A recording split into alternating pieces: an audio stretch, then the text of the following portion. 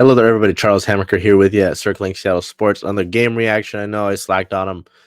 I know I'm at fault here. We'll get to it.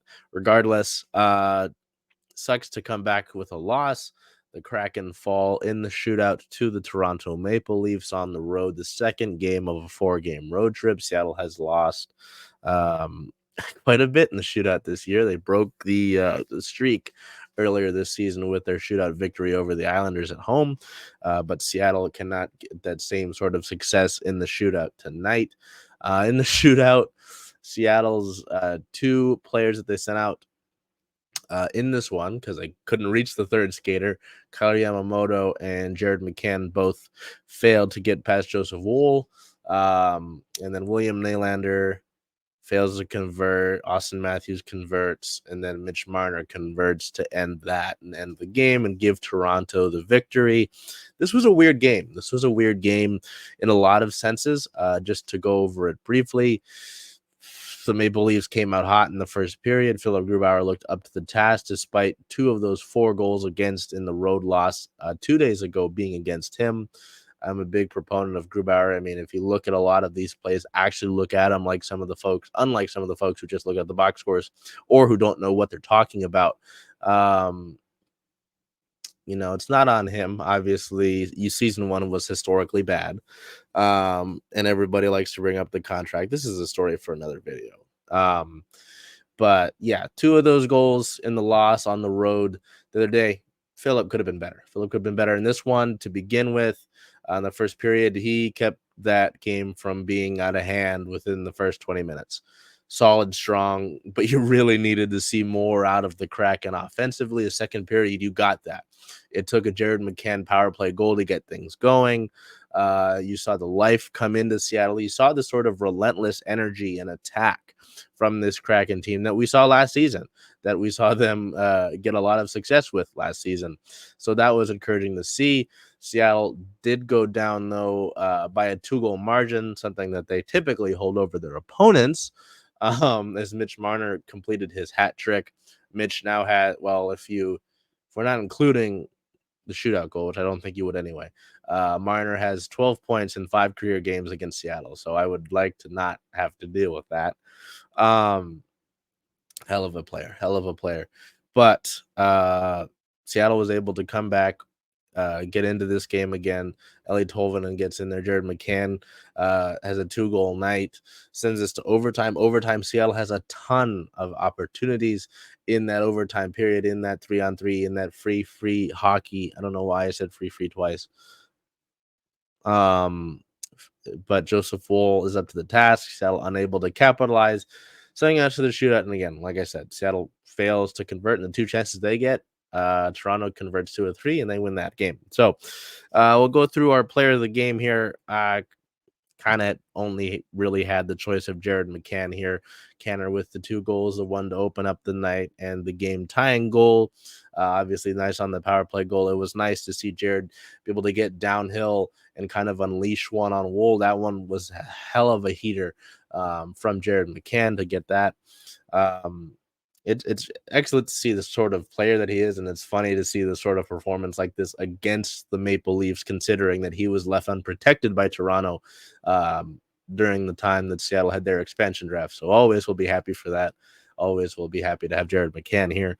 But yeah, really happy to see that on the power play, obviously, with Jaden Schwartz. Jaden Schwartz went on injured reserve today, in case you weren't aware. With Jaden Schwartz out, just in general, that's a big loss, but especially on the power play, considering what he brings on the power play as a presence and statistically this season. So nice to maybe find some success there. We'll look at the statistics there with special teams in a second. But really happy with Jared McCann's effort tonight. The goaltending. Philip Grubauer gets his second start of this road trip. I would imagine we see Joey Daccord in Ottawa in 2 days, but who knows with Hackstall goalie management. I added the tweet from our ex, whatever the hell you want to call it. I don't care. From our friend Rob asked just to kind of get some thoughts in there after this game, and Rob submitted his. So Rob, thank you. I thought he played strong. I mean, you look at the Marner goals, those were tough. The third one against was a breakaway. We was able to get up and in.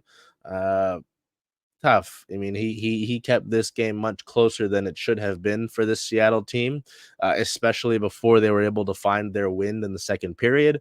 And he made some strong stops in the overtime period as well. So hard to be mad with Gruby here today. Once again, as it has been for the entirety of this season, goaltending was not the issue tonight. We look at the special teams units, and I mean, not great to go 1 for 5 on the power play. That's not statistically great.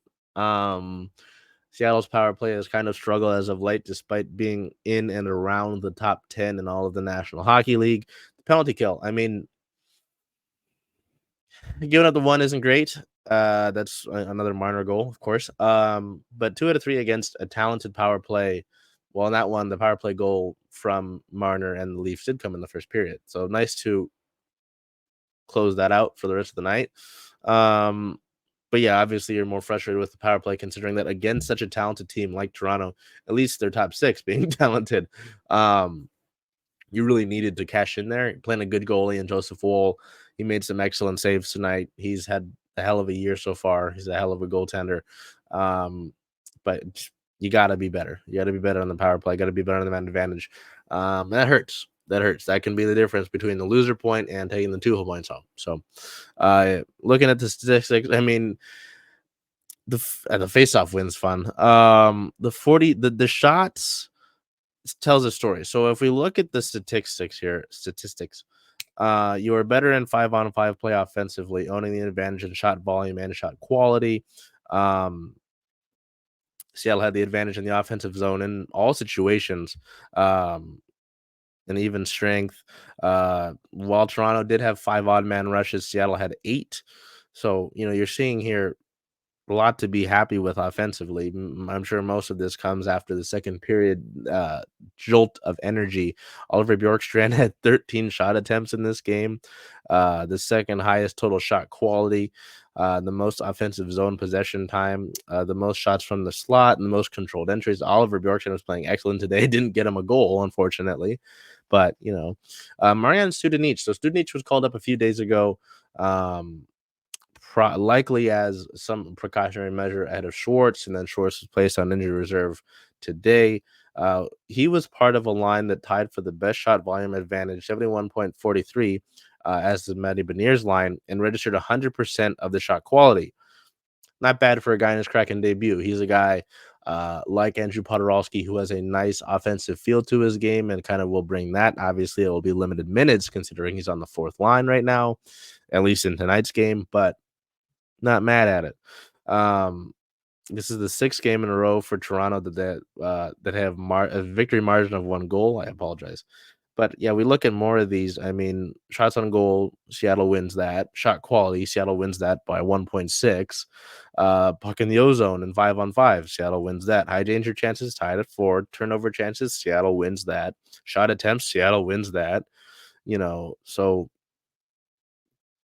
not bad. I mean, at least we look at this on defensively, 5-on-5 defensively, the puck battle win percentage was heavily in favor of Toronto, and that can be a big deal. On the power play, 24 attempts for Seattle, 11 shots on goal. And it's funny though, the shot quality that they got, 1.2, was only 0.1% better than Toronto, who had 13 less shot attempts and 4 less shots on goal on the power play. So, yeah, got to be better there.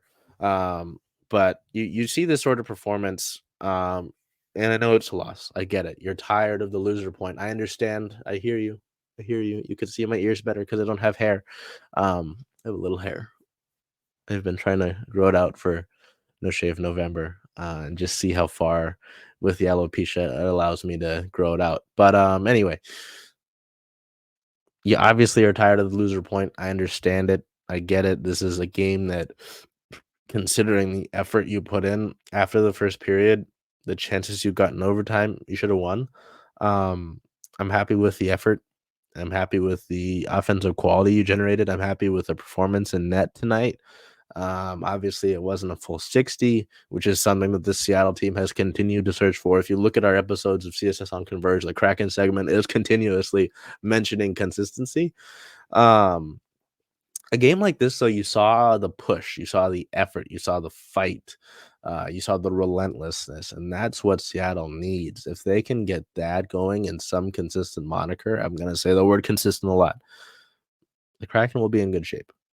I really believe that, but it's an if. That's not a certified truth. So anyway, they will be back in action in a few days. Well, by the time you're seeing this, will be a day.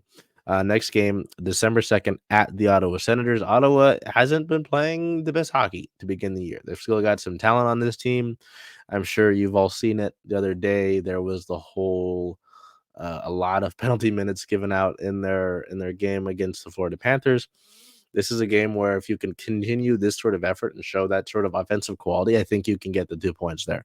So, oops, that little blurb on the bottom is incorrect. That's obviously not the start. This will be game 3 of 4. So, anyway, till we see you then after the Ottawa game, take care of yourselves, be well, and do whatever you can to make today a great day.